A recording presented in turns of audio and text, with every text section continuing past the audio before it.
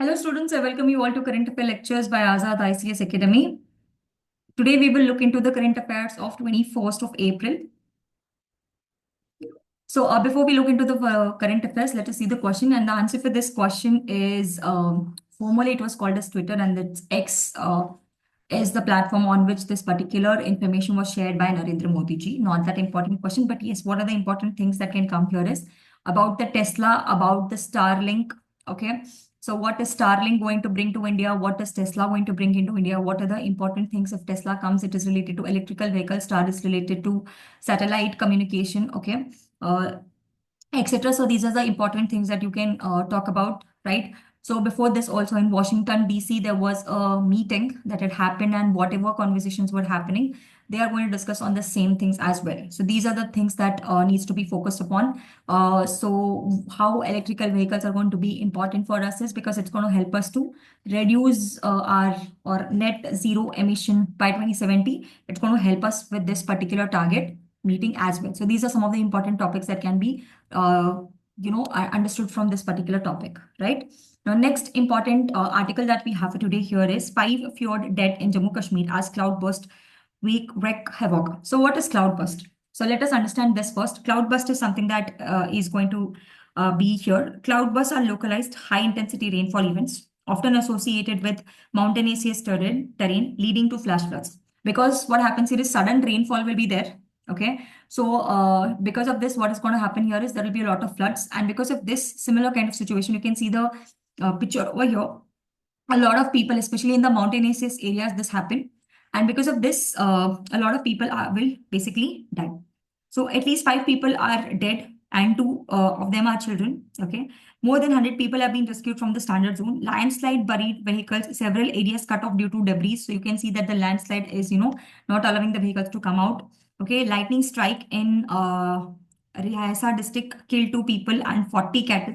Government has not yet issued any kind of official casualty figure. So this is not released by government, but this is just something that we are understanding from here, right?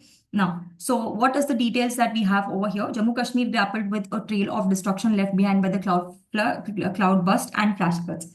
Over a weekend, for last 5 people have been dead. The same thing I've been telling right now, right? So this is something that we need to understand. Now, what is this we have to understand? Now, Jammu Kashmir being the mountainous terrain and lack of robust early warning system increases vulnerability. Obviously, because what is happening here is it is at a higher terrain, and we do not have that much very good, what you mean to say, warning system, early warning system. So because of all these things, all these issues, there is an increase in the vulnerability that people are going to suffer here. Okay, and in Indian Meteorological Department has forecasted more such kind of compound rescue challenges, etc. Right now, highlights what is the significance that we need to understand. Why is this important for us? So we have to understand that there should be a proper strategy, especially when it comes to disasters. There should be a proper strategy and early warning system in hilly areas. So the proper planning of what could have happened or where there could be cloudburst, where there could be floods. This kind of a proper disaster planning should be done.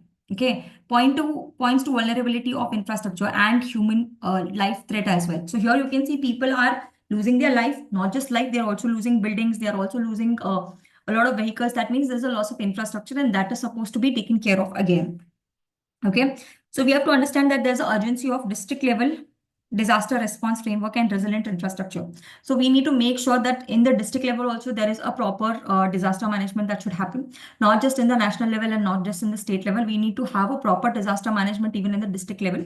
Point number one, and all the buildings that we are doing should be made sure that or infrastructure that we are doing should be resilient to all these kind of activities. Now, what is the way forward that we have? See, we can invest in some kind of Doppler system, okay, radar system or AI-based prediction model, so that we can understand when is the cloudburst. So the cloudburst cannot be accurately, identified. So we can have a proper AI system that can, predict when the cloudburst is happening more accurately. Okay, strengthen local disaster management authorities to capacity building and reposition of resources, develop climate resilient infrastructure, and enforce construction, especially in the fragile zone, or make sure that we are not having any kind of construction or there are no settlement in the zones where such kind of things are probable to happen. So these are some of the processes or things that can be done. right? Now let us see the next important article that we have.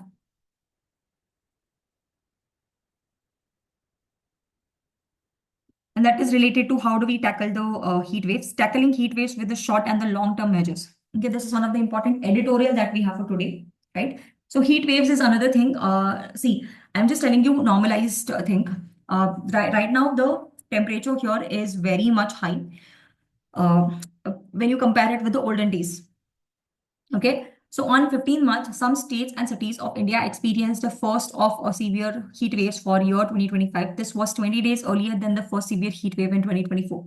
In the last decade, the number of severe heat days and severity in intensity of heat waves have been rising. The year 2024 was the warmest year in the record for about 1.55 degrees above the pre-industrial level. According to the World Meteorological Organization, in India, December 2022 was the hottest December since temperature monitoring in the country started since 20. See, almost 20, so much years gap. If you see, this was the hottest year. The frequency of heat waves in India has increased in the last 2 decades in comparison with the previous 2 decades. Right. So this is not a good sign for us because you see that the heat temperature are going on increasing.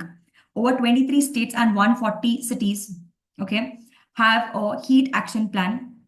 However, most need better design, data usage, and focus on vulnerable groups.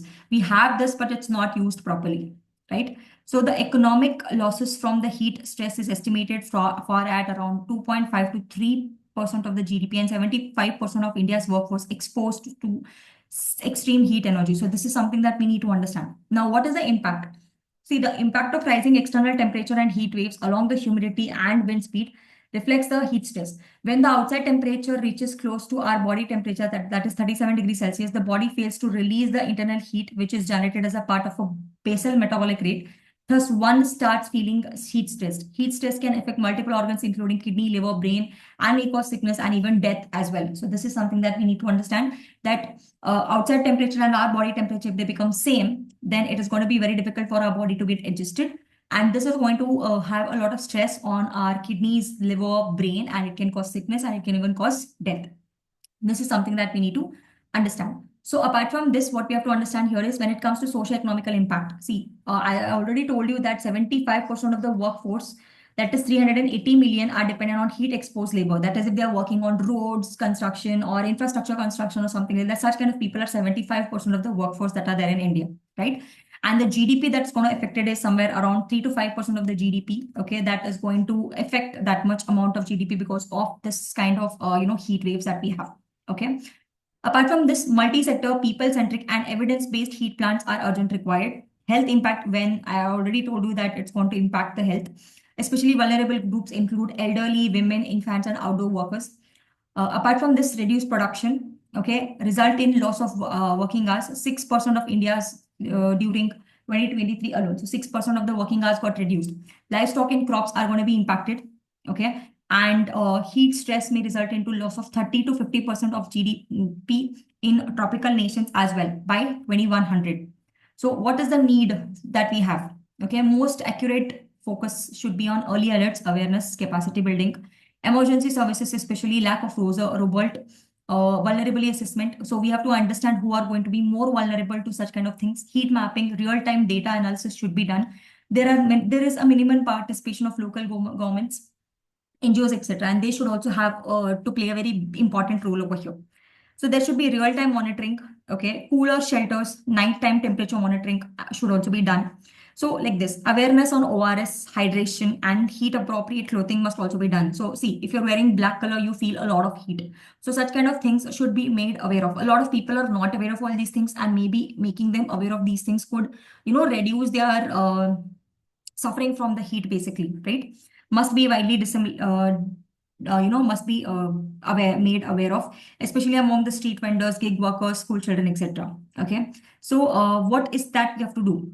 Okay, integrate heat action into municipality disaster plans as well. See, the topic that we are discussing today, both of them are related to disaster. The previous one also we had discussed that there should be a district disaster management. Similarly, here also we should have district disaster management. Okay, promote climate resilient infrastructure. We need to make sure that there are cool roof initiatives, greener buildings, enable community ownership and partnership for hyper local adaptations, etc. So we need to make sure that if there is a concrete house, automatically the person who's sitting inside will have a lot of heat, and if the person has some roof gardening or something like that, then the temperature may get little low for the person who's sitting inside, right? And we need to make people aware of what are the different types of clothing systems that can be used in the heat regions, etc. And we need to make sure that there is a lot of